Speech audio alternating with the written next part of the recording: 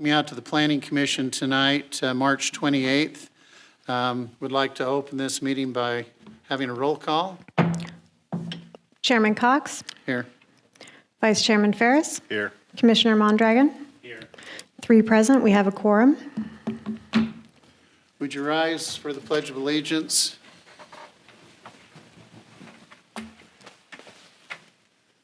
I pledge allegiance to the flag of the United States of America and to the republic for which it stands, one nation, under God, indivisible, with liberty and justice for all.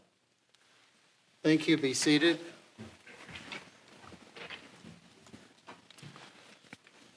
Do I have an approval of the agenda? So move. I'll second. Chairman Cox, Aye. Vice Chairman Ferris, Aye. Commissioner Mondragon. Aye. 3 ayes, motion carries. Do I have a motion to approve the minutes? I'll move. I'll second. Chairman Cox, Aye. Vice Chairman Ferris, Aye. Commissioner Mondragon. Aye. 3 ayes, motion carries. Thank you. We move into the public comment of the agenda tonight. Persons wishing to address the commission on matters that are within the commission's jurisdiction and do not already appear on the agenda may do so at this time. Pursuant to the Brown Act, the Planning Commission may not take action on an item that does not appear on the agenda. Speakers are limited to 5 minutes. The public comment section of the agenda is limited to a total of 1 hour. Each speaker is asked to provide his or her name. Do I have anybody wishing to address the commission?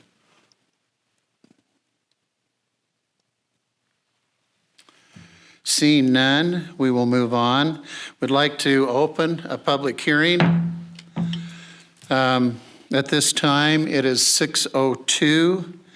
It's an abatement at 230 North Locust Street, APN 343-22306, property owner Soto Conchita. Staff report, and if I pronounce that wrong, I apologize.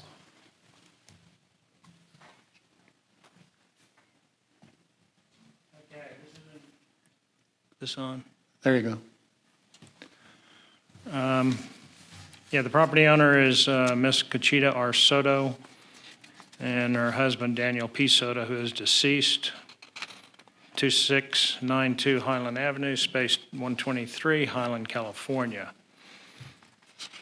This involves 230 South Locust Street, RMC ordinance violations 11-11D, G, 2A, and 3A. 11-1-1D, broken, missing, or inoperable windows or doors constituting a hazard. This condition or potential attraction to trespassers. G, substandard building conditions described in the state housing law, including but not limited to section 17920.3 of the Health and Safety Code. 2A, an unoccupied and unsecured building or structure. 3A, accumulation of debris, junk, garbage, or refuse. As background, 230 South Locust Street, Ridgecrest, California, was red tagged on February 27, 2019, case 19-726, due to no power as all the circuit breakers had been removed. In addition, the inside of the residence was filthy and deemed unsafe for human occupancy. The resident of the property was Ronaldo Soto, who at the time was in a hospital. Since 1996, there have been 68 cases opened and 22 criminal citations written on people at this property. On November 23, 2022, a fire occurred at the property where the fire department was required to break down the front door and remove the garage door in order to gain access to the property and ensure there was no smoldering fires.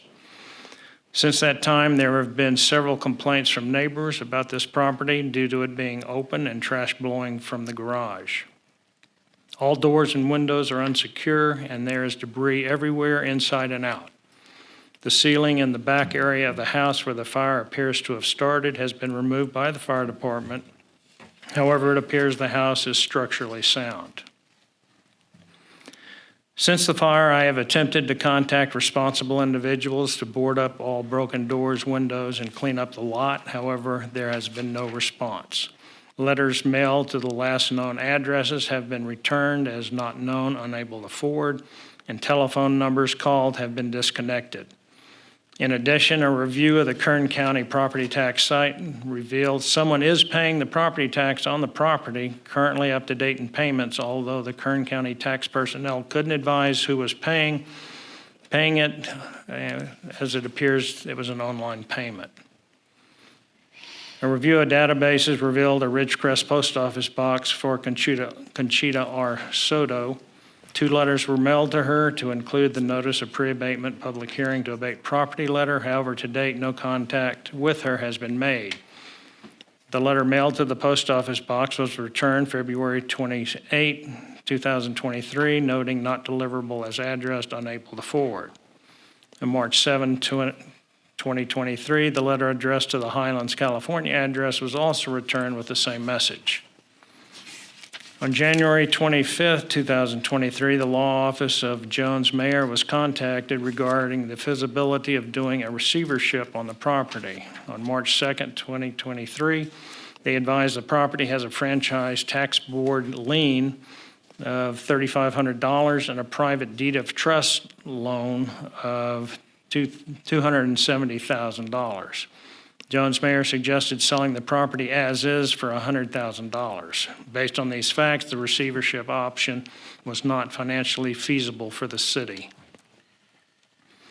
Order of abatement to be conducted by the property owner, that the abatement to occur includes replace or board up all windows, doors, and the garage door of the structure to ensure no unauthorized personnel gain entry, to repair the fence around the backyard, and to remove all trash, junk, and debris in the front and backyards.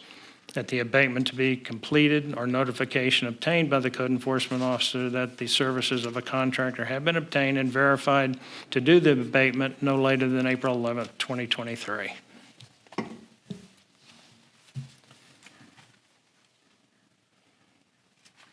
Still no response? No, sir. Commissioners? Yeah, the only concern that I have is we haven't received any response, positive, negative, anything. However, seeing the loan against the property at $270,000 and the value of it probably closer to less than 100, it doesn't give me a whole lot of heartburn to follow up with the abatement process. Although it is, like I said, my only concern is we've never heard one way or the other. It's obvious that every attempt was made, but I would just feel much better if they said, there's nothing we can do about it, go ahead and follow through with the abatement. That may not always be an option, so my only concern. Well, and I think, and I hear that, but from my standpoint is one of the responses I heard there is that they're going to sell it as is. Mm-hmm. So they're not interested in doing anything, and right now it's a public safety problem. And as a public safety problem, that comes into our wheelhouse. And so, is there any other comments from the public? I would move that we approve the abatement. I'll second. All right. Chairman Cox. Aye. Vice Chairman Ferris. Aye. Commissioner Mondragon. Aye. 3 ayes, motion carries. Thank you. I'm sorry, I didn't even do the pictures. We saw them, and another well-done packet, thank you. Very good. Yeah, it was very good. Thank you. Thank you, gentlemen. Thank you for your service to the city. We appreciate you. Look forward to hearing from me.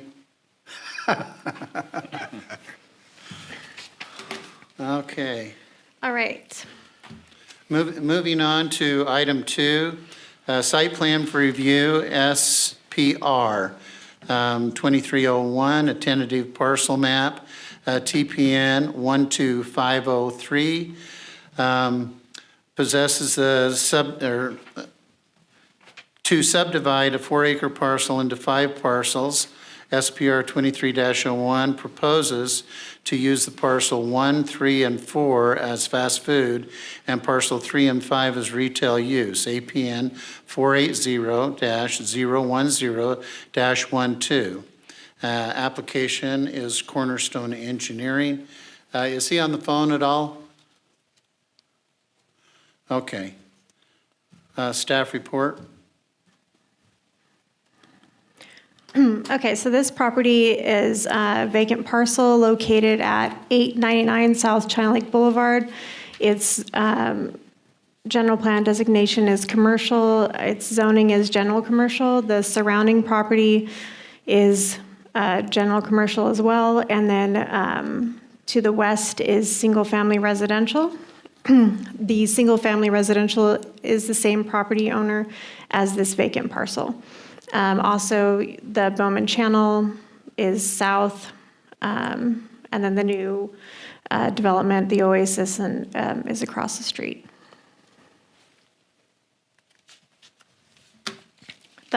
This is the tentative parcel map, so it is 4 acres. The parcel map would divide that 4 acres into 5 separate parcels.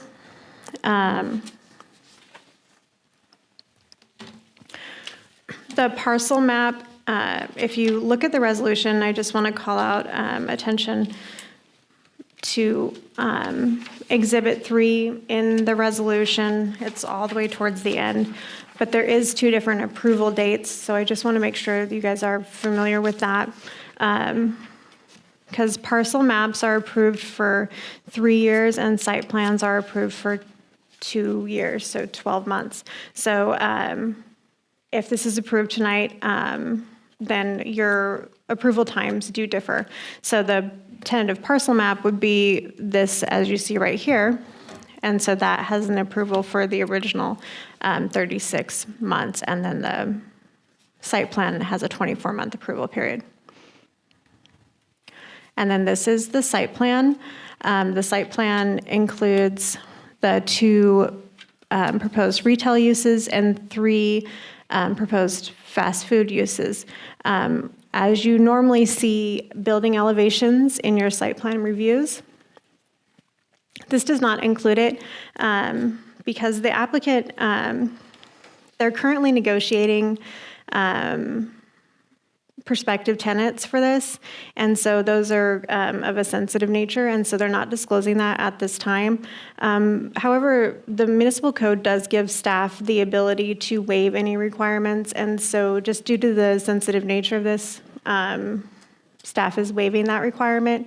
The use is consistent with the zoning, so if it were to change substantially, then we would ask them to come back, but the parking requirements and everything that we see here does conform with the use, so we don't see that as an issue with approving it as it is right now.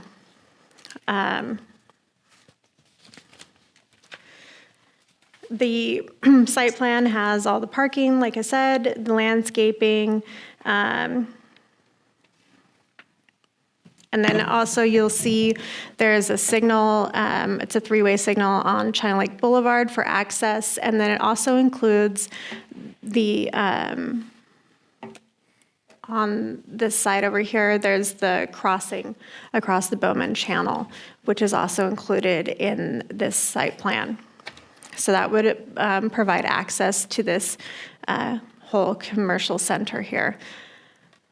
Along with that, it's consistent with our general plan because it does provide infill and more commercial revitalization to this underutilized area. The total parking for restaurants is 49 stalls, and then for the retail parking, there's 79, and so the total is 128. We did circulate an initial study.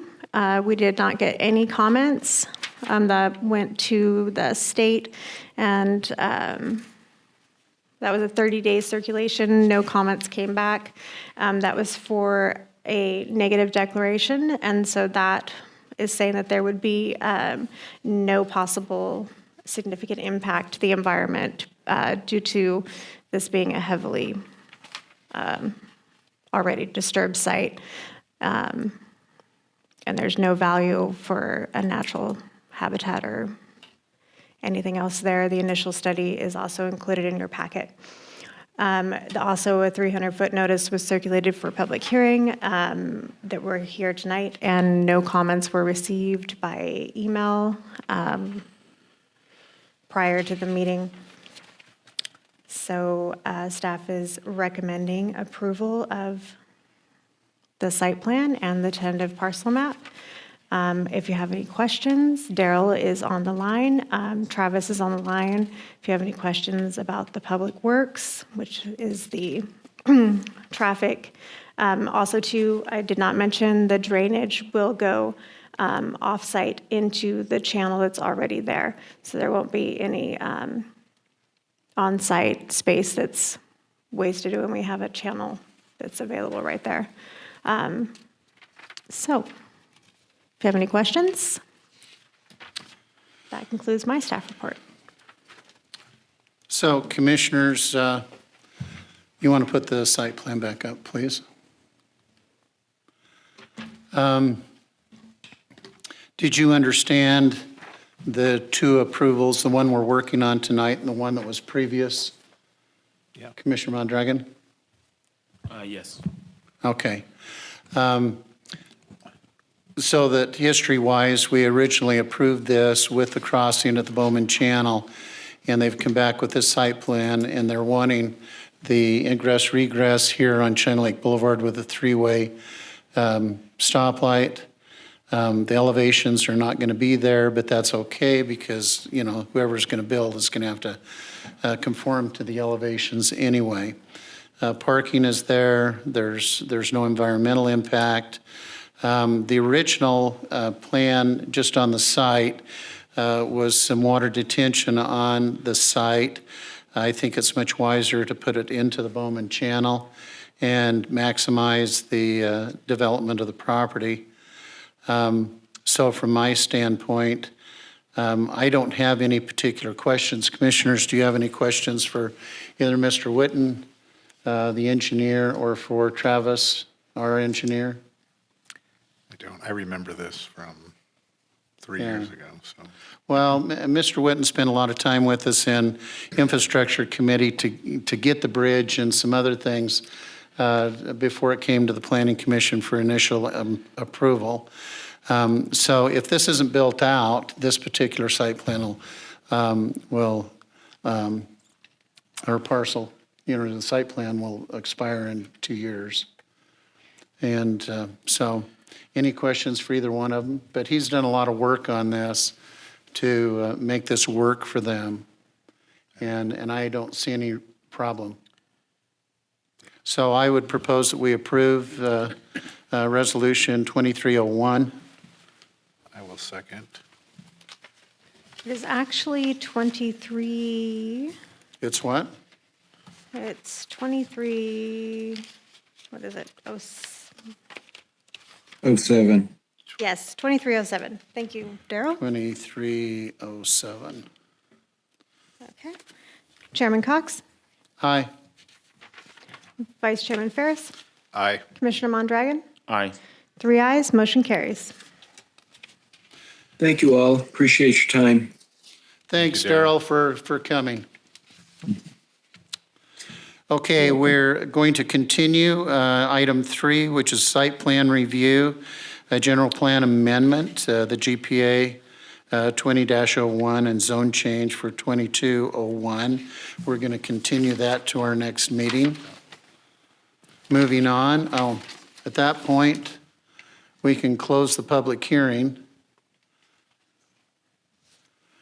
at 6:19. Any commissioner comments or committee reports? I can give you an update on economic development. We met prior to our last meeting. We discussed the upcoming ICSC and attending that with our consultant to check any void or any void matrix that we have in the city of Ridgecrest as far as retail goes. That's about it. Commissioner Mondragon? I don't have any comments. I didn't go to my committee. Oh, that's right, I missed you at that one. How about your other committee? Economic development. Okay, it's both of you, Saw huh? Coach. What's that? Saw you at your soccer game. Yeah, I was coaching soccer. So in infrastructure, we talked a lot about some sites that we're looking at for streetlights.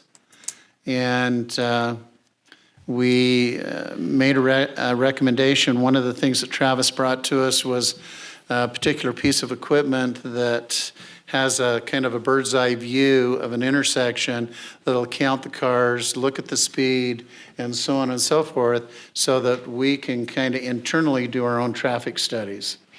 And so they're looking at this piece of equipment, and so they're going to do a demo and use these intersections as our demo. And if it works, ultimately it'll save us a lot of money if we end up buying the equipment.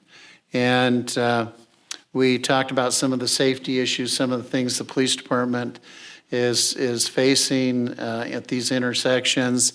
And our police chief recommended maybe we encourage our officers to look a little closer at some of these intersections too in the meantime. And so we're getting cooperation from the police department as well. Travis, what else was there? Are you still with we us? talked about, yeah, I'm still with you. So we talked about, like what you said, we had Councilmember Blade's general discussion on anything that he has, and then we talked a little bit about the park per public comment. Oh, and I think we talked about a restroom, didn't we? Yes, that's right. The park restroom and the park restroom that's going in at Leroy Jackson. Right, okay. So that's kind of what we're doing in infrastructure is almost public safety at this point. And there's a number of other things that are coming down the pikes, but things like just what we approved is what we see in infrastructure. If we need to kind of iron out, we don't seem to have the same kind of controversies we used to have that we had to kind of iron out to bring to us. And that makes it a lot easier. I don't know if that's because of our city engineer's helper that's kind of doing it, or... That can't be it. I'm sorry, Travis. Anyway, any other comments from the commissioners? I had to tease him. Okay, any staff items? All right, and so I will close this meeting at 6:23. Thanks, Travis. Thank you, Travis.